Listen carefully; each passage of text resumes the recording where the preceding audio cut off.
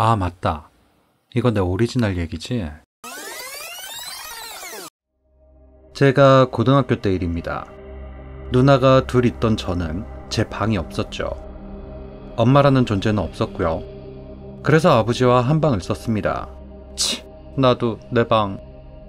워낙 야행성이었던 저는 그날도 어김없이 아버지보다 잠이 늦게 들었는데 귓가를 맴도는 윙윙거리는 것 같기도 하고 누군가 속삭이는 것도 같은 이상한 소리가 들리기 시작했죠. 처음 겪는 현상에 당황했지만 곧 꿈이구나 싶었습니다. 그래서 깨어나려 애를 쓰다 눈을 떴는데 소리가 계속 들리는 겁니다. 너무 무서웠죠. 그런데 소리만 무서운 게 아니었습니다. 옆으로 누워서 자고 있었는데 뒤에서 누군가의 시선이 느껴지는 거예요. 아버지는 분명 제 앞쪽에 있었는데요. 너무 무서웠지만 그 누군가를 확인하지 않으면 이 공포가 끝나지 않을 거란 걸 본능적으로 느낀 저는 뒤로 돌아 시선의 주인을 확인하는데 그건 저의 얼굴이었습니다. 이게 뭐지? 하고 벙쪄 있는데 더 충격적인 걸 보게 됩니다. 제 머리 아래 몸이 없는 거예요. 그걸 본 순간 절 보던 제 얼굴이 씩 하고 웃더니 목에서 피가 뿜어져 나오기 시작했습니다. 그리고 그때부터 저의 몸은 굳어갔죠. 몸이 안 움직이는 거예요. 그렇습니다. 가위에 눌린 겁니다. 너무 무서웠어요. 처음 가위에 눌려본 거니까요. 그렇게 머리가 아플 정도로 공포에 질렸지만 가위잖아요.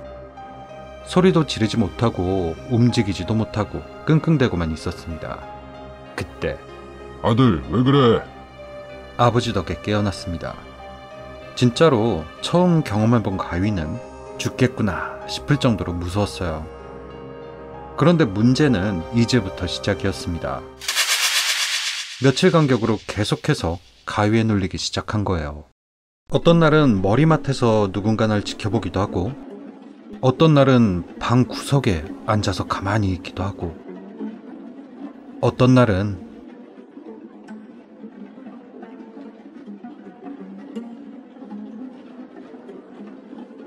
겁을 주기도 하고 그렇게 가위 눌림에 끊임없이 고통받던 어느 날 큰누나가 대학 기숙사로 들어가게 되면서 저도 제 방이 생기게 됐습니다. 혼자 자면 더 무섭지 않냐고요? 아니요. 오히려 잠자리가 바뀌면 가위 눌림이 사라지지 않을까 하는 희망이 더 컸습니다. 하지만 헛된 기대였습니다. 그렇게 여전히 가위 눌림은 계속됐죠. 그러던 어느 날 사춘기 야행성병에 심하게 걸렸던 저는 친구 집에서 늦은 밤까지 꿈과 사랑에 대해 떠들다 늦게 집에 들어와 자려고 누웠는데 어디선가 들려오는 마치 누군가가 주문을 외우는 듯한 소리, 그리고 굳어져 가기 시작하는 몸, 심지어 조금씩 열리기 시작하는 방문. 너무 무서웠지만 익숙해져 있었던 걸까요? 어디선가 본 가위를 깨는 법을 떠올렸습니다. 손가락 하나만 집중해서 움직이면 가위에서 깬다는 걸 본 기억이 난 거죠. 저는 오른손 새끼손가락에 온 신경을 집중하기 시작했습니다. 조금씩 열리는 문. 문 뒤에 검은 그림자. 저 문이 다 열리면 죽을지도 몰라. 그때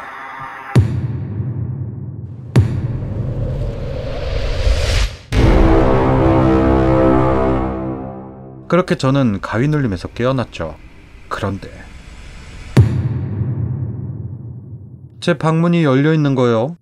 사춘기 야행성 예민병에 걸려있던 저는 항상 문을 닫고 잤거든요. 그런데 꿈에서처럼 문이 열려있는 거예요.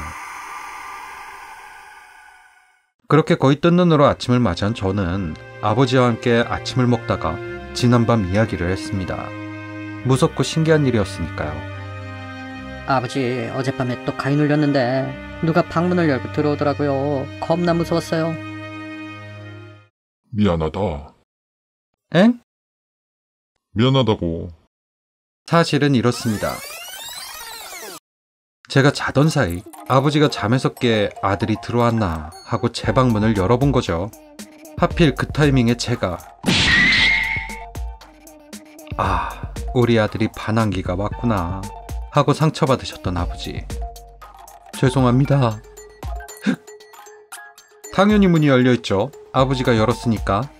뭔가 허탈하기도 하고 웃음도 나고 그 이후로는 가위에 눌린 적이 없습니다. 하지만 나중에 알게 된 사실이 하나 있었죠.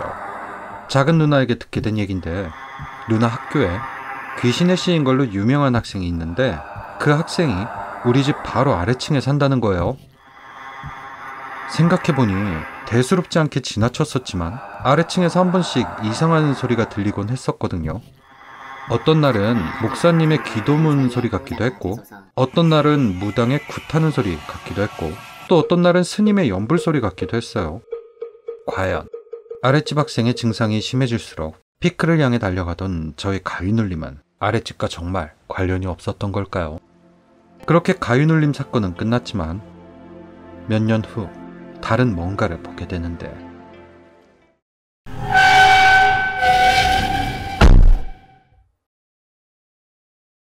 저의 이상한 꿈이 시작된 프리퀄이었습니다.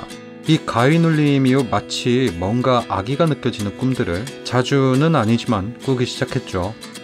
근데 뭐 사실 이 사건 이후로 저는 가위 눌림은 귀신과는 다른 수면과학 쪽이 맞다고 생각하고 있어요. 검은 그림자도 열린 문도 아부셨고 어이없는 웃음만 남은 해프닝이었으니까요.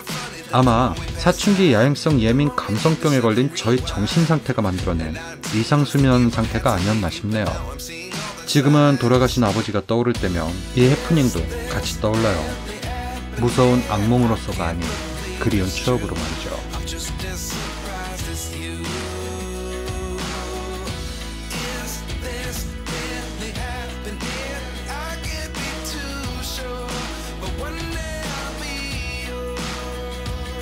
여러분, 어딜 도망가요?